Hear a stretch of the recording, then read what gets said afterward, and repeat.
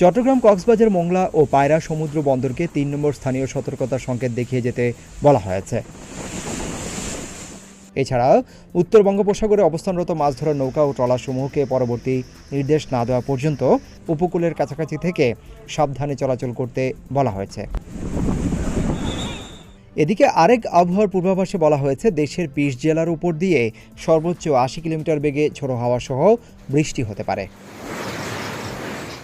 আবহাওয়াবিদরা জানান, রাজশাহী, দিনাজপুর, পাবনা, রংপুর, বগুড়া, টাঙ্গাইল, ময়মনসিংহ, যশোর, কুষ্টিয়া, ঢাকা, ফরিদপুর, মাদারীপুর, খুলনা, বরিশাল, পটুয়াখালী, নোয়াখালী, কুমিল্লা, চট্টগ্রাম, কক্সবাজার এবং সিলেট অঞ্চলগুলোর উপর দিয়ে দক্ষিণ পূর্ব অথবা দক্ষিণ দিক থেকে ঘন্টায় ৬০ থেকে ৮০ কিলোমিটার বেগে বৃষ্টি বা বজ্রবৃষ্টি সহ অস্থায়ীভাবে ঝোড়ো হাওয়া বয়ে যেতে পারে। এসব এলাকার নদীবন্দরগুলোকে ২ নম্বর নৌ হুঁশিয়ারি সংকেত দেখাতে বলা হয়েছে।